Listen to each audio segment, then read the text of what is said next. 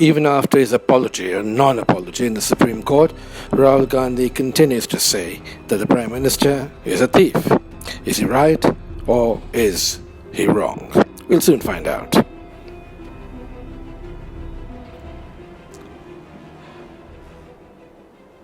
Hello and welcome to another episode of Head On with Minaz Merchant, where we put the facts first and the narrative next.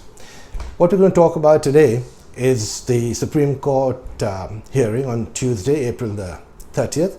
Two important issues. One, the criminal contempt case against Congress President Rahul Gandhi, and the other is the Rafale review petition. In fact, both are connected with each other. The Rafale petition on the one hand, and of course the criminal contempt petition against Rahul Gandhi, based on his misquoting the Supreme Court on Chaukidar Chor Hai in relation to the Rafale fighter jet deal. On the other side, we'll have a look at exactly what the facts are and what the lies are.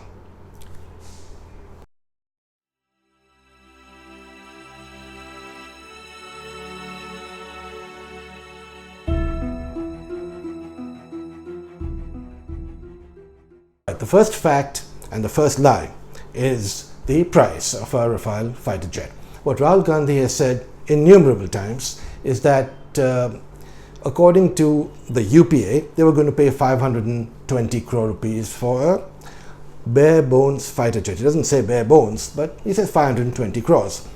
India is paying 1,640 crores, which is a price available in the public domain. 3 times. How could that happen? There has to be corruption. That's the allegation. But if you look at the price details, first of all, you can't compare a bare bones fighter with a fully nuclear weaponized fighter with 13 India-specific enhancements. So obviously you've got to look at a template where other countries' air forces have bought a similar configured fighter jet. One particular example is the Qatar Air Force, the Qatari Air Force, and what they've paid for the same, not the same, but a similar kind of Rafale fighter jet with enhancements, etc., a fully loaded Rafale, is 1,875 crores. The Egyptian Air Force has paid something similar, between 1,600 and 1,700 crores. So the Indian price for a fully loaded nuclear weaponized fighter jet, 1,640 crores, is similar to what the Egyptian Air Force and the Qatari Air Force have paid. It's in fact about 10 or 15% lower than what Qatar has paid. So this whole fiction about 520 crores for a bare bones skeleton fighter has to be dispensed with. And then of course we move on to the second part of the Rafale fighter jet deal, and which will come up on the April 30th hearing at Supreme Court on Tuesday, regarding, of course, the offset arrangement and Anil Ambani. That Modi gave Anil Ambani 30,000 crores. Of that in a moment.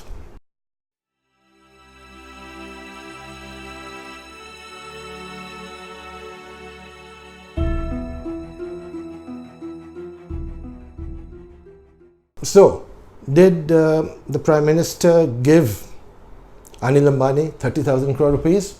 Just gave it to him on the offset program of the Rafale fighter jet deal. The total deal is 59,000 crore rupees. You're going to give more than 50% of that offset deal to one particular firm?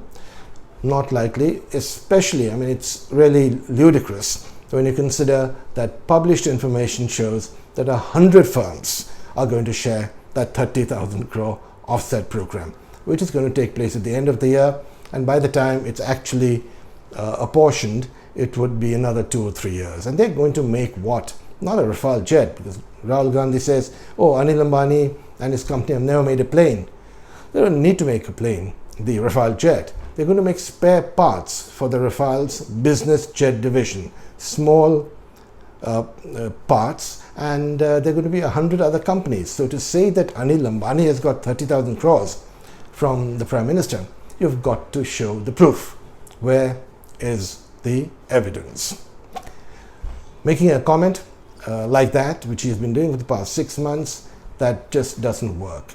And in the Supreme Court on Tuesday, that again will come up, because it's really the core of this Chaukidar Chore thing, in which 30,000 crores apparently, allegedly, has been paid to Anil Ambani. Now, Anil Ambani has sued many people, media organizations and everyone else, but he hasn't taken it forward. So again, as far as Anil Ambani is concerned, he too has to move quickly. Otherwise, his own credibility, including other events which are swirling around the Supreme Court in other matters, that could hurt his own credibility. But as far as Rahul Gandhi is concerned, this 30,000 crore being given by the PM to Anil Ambani doesn't make any sense. I'm sure that in his saner moments, doesn't make sense to him either.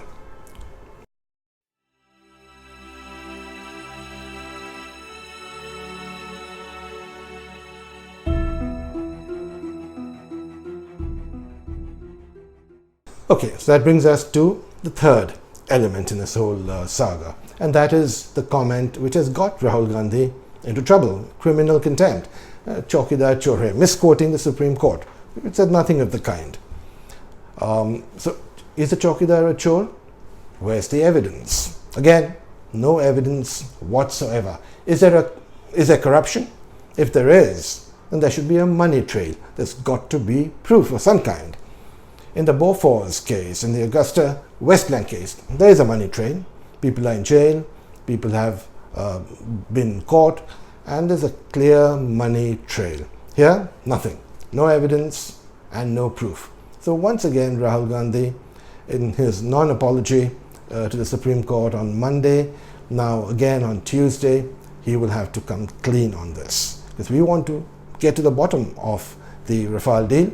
But to say that there is corruption and Chaukidar Chore, that's, it's not even good electioneering, because it brings the attention back from Nyay, economic reforms, jobs, all the other things that the Congress should be focusing on in the campaign as we move into the last 1/3 of the campaign. But instead of that, he's bringing the attention back on Rafale, and that's Balakot and national security, which is not the Congress's strong points. Not a very good strategy, this Chaukidar Chore, apart from the fact that there isn't an iota of proof. So, no evidence for Chaukidar Chore, no corruption money trail, no proof for the 30,000 crores being given to Anil Ambani, nothing. But, oh yes, Rahul Gandhi says, dissent, the MOD, Ministry of Defense, there were notes and published by the Hindu, in which 2 or 3 officers in the MOD, etc., said that parallel negotiations were being carried out by the PMO with France. Now, this is a government-to-government contract. It's a government-to-government transaction.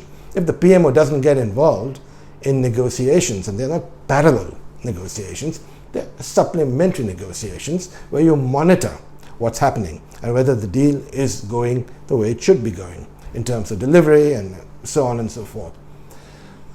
If there is dissent, of course there is dissent. There will be opinions, and when those opinions are shared and ultimately people come on the same page as they did here, despite that particular article being published by the Hindu on a couple of occasions. The point is that these are not parallel and sinister negotiations. They are supplementary negotiations in a government-to-government deal. And that is the way it should be. Otherwise, if you don't monitor, then you'd be accused of not doing your job. So again, this dissent argument is completely bogus. So anyway, the Supreme Court on Tuesday, April 30th, will hear both the Rafale petition filed by Prashant Bhushan, Arun Shuri and Yashwant Sinha, and review that. It's a review petition.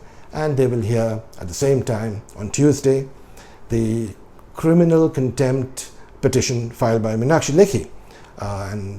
Let's see what happens there. The punishment that Rahul Gandhi, who's got exemption from personal appearance, the punishment is going to be minor.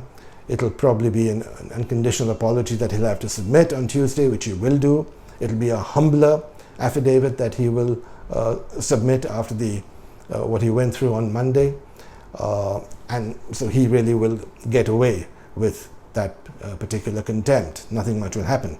But let's have a look at what happens with the review petition and how this plays out in the elections, because we're now moving into the last phase, last 2 or 3 phases of elections, after Monday's voting, which will be the 4th phase, and this whole attention, once again focused on national security by the Congress of all people, is not going to play out very well for the Congress. But that, of course, remains to be seen.